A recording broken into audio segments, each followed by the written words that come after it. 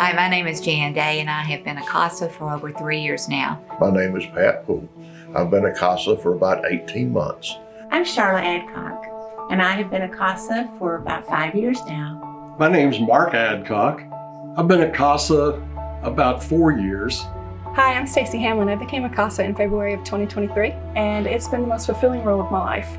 Probably about 25. Some have been very short term and some have been very long term. I've got one now that I've been with almost a year and a half, and one I had for 2 years. I have worked on 2 cases, one with 5 kids, one with 1 child. I've had the opportunity to work with 13 children, ages from birth to 18 years old. And it's been quite an exciting journey. I've had the opportunity to work with 8 children, and it's been a great blessing to be able to learn and to be a part of all the growth that came about with the families and with the children. To be a CASA is to guide a kid through their darkest times and be the constant light that sees them through to permanency. I can see their faces light up every time I went in to visit them, because other than the foster parents they were with, I was the only other consistent face that they saw. You know, to really listen with my heart and what they're feeling, what, they're hurting. To achieve that permanency, they have to jump through hoops, and you don't want them to do that alone.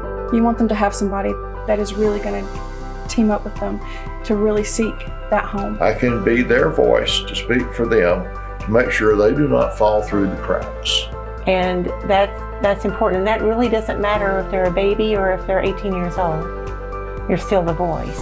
These children need us one at a time because the choices their family members have made put them in a position to where they rely on us, their community, the organizations and agencies that can possibly help them. People don't have to think, live, or behave exactly as I do or as I think they should. We're all human. We all make mistakes. There might be different types of mistakes. We're supposed to be active in making recommendations that are life-changing, but we're not the judge. And you listen to that kid, and you listen to what they want, and you listen to everybody else in the case, and you come together with that kid to decide if this is the best course for them. And then you move forward, and you do everything you can to make that happen for them. It's just been fun, stressful to the extent that I wasn't sure what I was doing, but the support I got from the team and from the other volunteers kind of made that go away. So when you first walk into the training classroom, there's a huge binder that's super intimidating. You're like, how can I possibly learn this in 6 weeks? But you do. I was just so impressed with the training that we received, and it gave us the opportunity to learn how to ask questions, and it really prepared us for being able to work with the families and work with children. And because it's actually not that difficult, they have planned it and separated it into ways that you can understand it so easily. We could not ask for any better support. And even with the judges, we are so blessed with having above excellent judges in our system.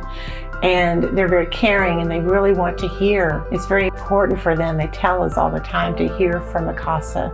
They remind you every single course that you have your supervisors to back up on. And if I didn't have them, I would have not gotten anywhere. But they have been so responsive and so helpful whenever I needed them. There's never been a time that I've ever felt that I could not pick up the phone or email or text and ask a question, because I knew in my heart that they would not think it's a dumb question. And that meant a lot to me.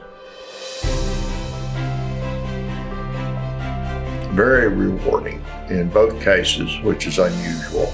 We have made full reunification, so the children are back with their families, and I still keep in touch with them. They're doing very well in school and very well in their home. I only hope all the cases could be resolved this way, but that is not always the case. So if we can break that cycle and work with one child at a time, one family at a time, using the resources that we've got. That benefit of serving your community at such an intimate level will give you a peace in your heart that you can't get anywhere else. From my heart to yours, if you want to make a difference, you want to be a CASA. From my heart to yours, if you want to change a story for a life for a child, you want to be a CASA. And it makes, again, as much difference in you as it is for the child. And the first thing I pray about every day is for my kids, wherever they are, whether they're getting services yet or not, but our children are in need. If you want to change your community, if you want to change the world, you can do it one child at a time.